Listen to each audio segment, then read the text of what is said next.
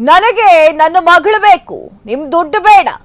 ಸಚಿವರ ಎದುರು ರಿತಿಕ್ಷಾ ಪೋಷಕರ ಕಣ್ಣೀರು.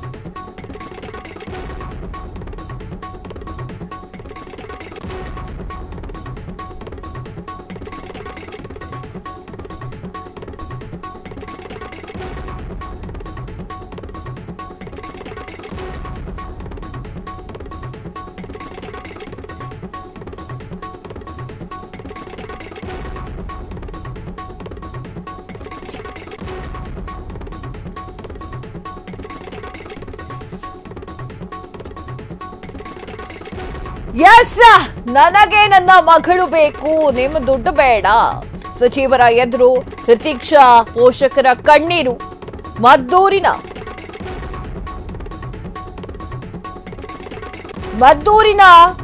ಗೋರವನಹಳ್ಳಿಗೆ ಚಲುವರಾಯಸ್ವಾಮಿ ಅವರು ಭೇಟಿಯನ್ನ ನೀಡಿದ್ದಾರೆ.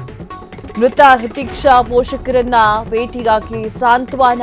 ಈ ವೇಳೆ ಅಶೋಕ್ಗೆ ಹಣವನ್ನ ನೀಡಲು ಮುಂದಾಗಿರುವಂತಹ ಸಚಿವ, ನನ್ನ ಮಗಳನ್ನ ಕೊಡಿ ಅಂತ ಹೇಳಿ ಪೋಷಕರ ಆಕ್ರಂದನ.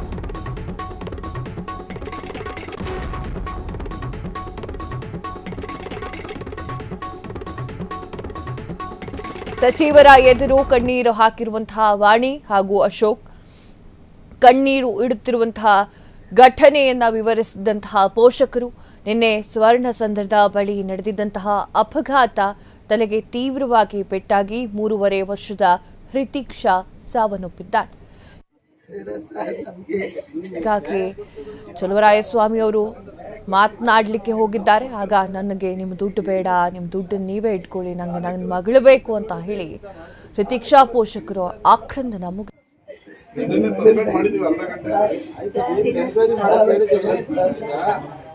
ಕ್ರಮ ಕೈಗೊಂಡಿದ್ದೀವಿ.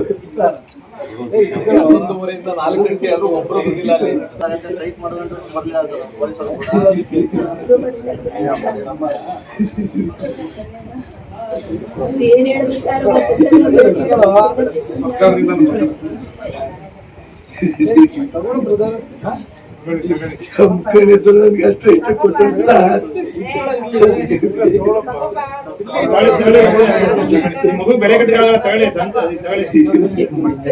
ನನಗೆ ವಿನೋದನ್ ಬರ್ತಪ್ಪ ಮುಂದೆ ಹೋಗೋಣ.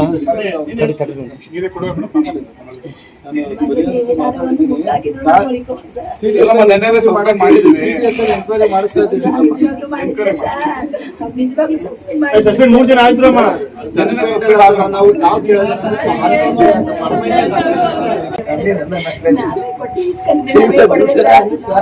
ಅವ್ರು ಹೇಳಿದ್ದೆಲ್ಲ ನ್ಯಾಯಯುತವಾಗಿದೆ.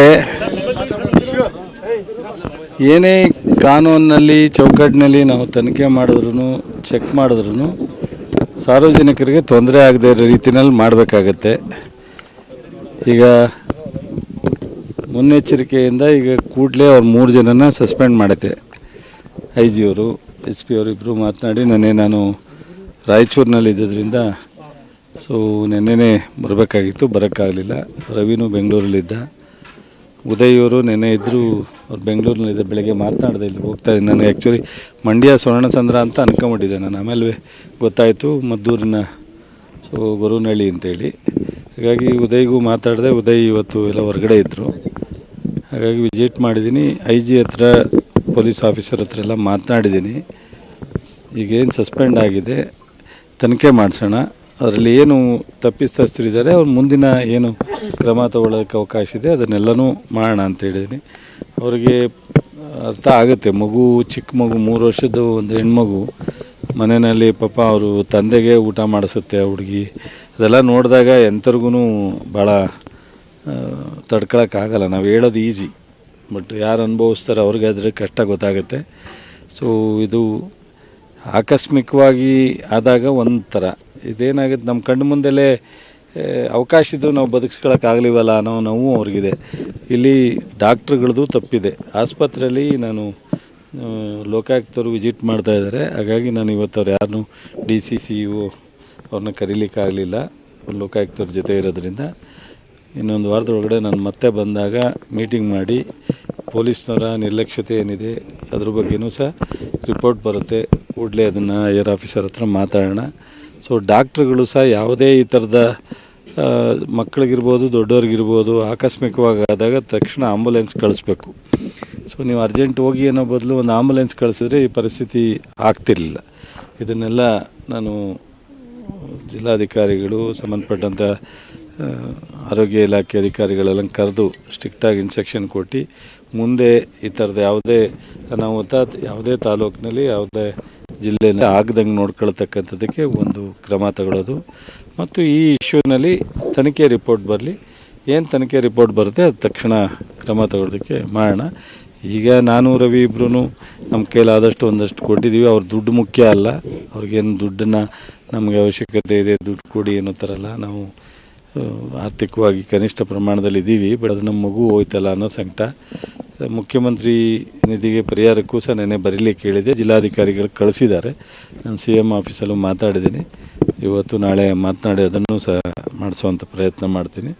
ಸೊ ಅದನ್ನು ನೋಡೋಣ. ಅಲ್ಲಿ ಮುಖ್ಯಮಂತ್ರಿಯವರು ಈ ಥರ ಕೇಸ್ನಲ್ಲಿ ಆಕಸ್ಮಿಕವಾಗಿ ಒಂದೊಂದು ಸರಿ ಏನಾಗುತ್ತೆ, ನಾವು ಇದು ನಿರಂತರವಾಗಿ ಈ ಥರದ್ದೆಲ್ಲ ಮಾಡೋಕ್ಕೆ ಹೋಗಲ್ಲ, ಬಟ್ ಆಕಸ್ಮಿಕ ಒಂದೊಂದು ಆದಾಗ ಒಂದು ಮಾಡಬೇಕಾಗುತ್ತೆ ವಿಶೇಷ ಪ್ರಕರಣ ಅಂತ, ಅದನ್ನು ಮಾಡಿಸೋಣ. ಎಷ್ಟು ಅಂತ ಮುಖ್ಯಮಂತ್ರಿಯವ್ರ ಹತ್ರ ಮಾತಾಡಿದ್ಮೇಲೆ ನಾನು ಹೇಳ್ತೀನಿ. ಅವ್ರು ಹೇಳಿದ್ದೆಲ್ಲ ನ್ಯಾಯಯುತವಾಗಿದೆ. ಏನೇ ಕಾನೂನಿನಲ್ಲಿ ಚೌಕಟ್ಟಿನಲ್ಲಿ ನಾವು ತನಿಖೆ ಮಾಡಿದ್ರು ಚೆಕ್ ಮಾಡಿದ್ರು ಸಾರ್ವಜನಿಕರಿಗೆ ತೊಂದರೆ ಆಗದೇ ಇರೋ ರೀತಿಯಲ್ಲಿ ಮಾಡಬೇಕಾಗತ್ತೆ. ಈಗ ಮುನ್ನೆಚ್ಚರಿಕೆಯಿಂದ ಈಗ ಕೂಡಲೇ ಅವ್ರು 3 ಜನನ ಸಸ್ಪೆಂಡ್ ಮಾಡೈತೆ. IG ಅವರು SP ಅವರು ಇಬ್ಬರು ಮಾತನಾಡಿ ನಾನು ಕ್ಷಣ ಕ್ಷಣದ ಸುದ್ದಿಗಳಿಗಾಗಿ ಫ್ರೀಡಂ ಟಿವಿ ಸಬ್ಸ್ಕ್ರೈಬ್ ಮಾಡಿ, ಲೈಕ್ ಮಾಡಿ ಹಾಗೂ ಫಾಲೋ ಮಾಡಿ. ಹೊಸ ಸುದ್ದಿಗಳ ನೋಟಿಫಿಕೇಶನ್ಗಾಗಿ ಬೆಲ್ ಐಕಾನ್ ಮೇಲೆ ಕ್ಲಿಕ್ ಮಾಡಿ.